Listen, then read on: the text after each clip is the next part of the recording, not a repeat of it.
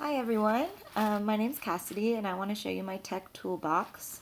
So my tech toolbox for this assignment is going to be focused for instructors of ESL pronunciation skills. That's pretty much what my background is in, so I know that this is a really difficult topic to teach and it is really helpful to have as many resources on hand as you can, especially free resources. Not only to incorporate into your teaching, but also to offer to students to let them, work on things outside of class. There's also a lot of helpful things online for students to do that aren't necessarily catered towards speaking and pronunciation, but can be really useful for it anyway. So I wanted to share a little bit of what I found in my own experience with teaching this and different technologies and resources that I found that are helpful. So this is a nice place to put it all. So I made my website through Wix, which is what I've used for the most part in the past. I know it's all pretty similar to other site makers like Weebly and whatnot, but this is just the one that I have an account with and I'm most comfortable with. So this is the homepage here.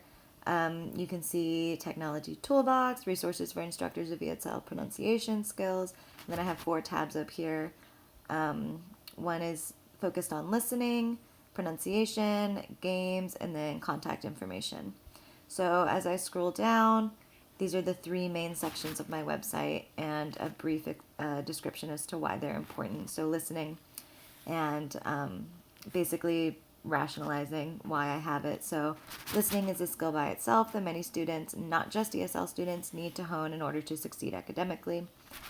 Speaking is made up of many parts. In this section, you will find a plethora of resources to help your students understand the minute details of sound production and phonetics, along with exercises to focus on the many suprasegmental aspects of speaking. And then, of course, games. And games are a great way to practice listening and speaking. Students are able to dive into gameplay and forget that they are exercising the skills they've been working on. Games, I think, are a great way, or a great thing to introduce students when working on pronunciation.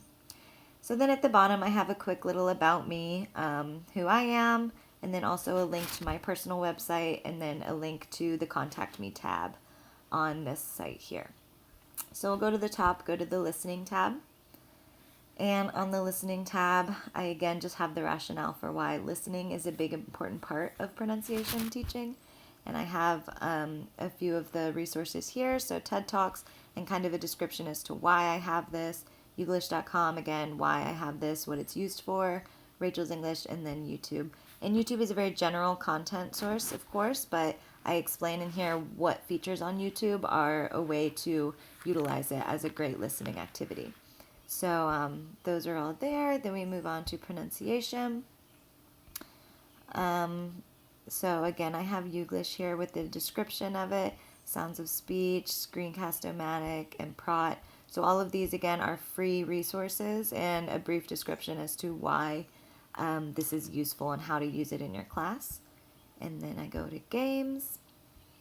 And here I have a few games and a brief description of each. So we have Chicken Scream, Space Team ESL, and then Accentuate, and then brief descriptions as to why they're useful, how they're fun. These are all pretty fun games and aren't necessarily learning games at all. They're just games. But the Space Team ESL is really the only game that's specifically kind of catered for ESL learning, but the other ones are just games that are fun and use voice activation, but really it's just a way to have students be using their voices and trying different things with their sound production. So those are really fun. And then the last tab is a contact page. So this is just in case anyone wants to contact me. They can put their name, email, add a message, and then this would just go straight to my email. So we click here to go home. And that is my tech toolbox. So I hope to continue using this and adding to it because I think this can be a resource that even I will use in the future. So as I find new resources, this is kind of a good toolbox to just throw it into and to have somewhere and hopefully share with others too. So I hope you enjoyed it. Thanks.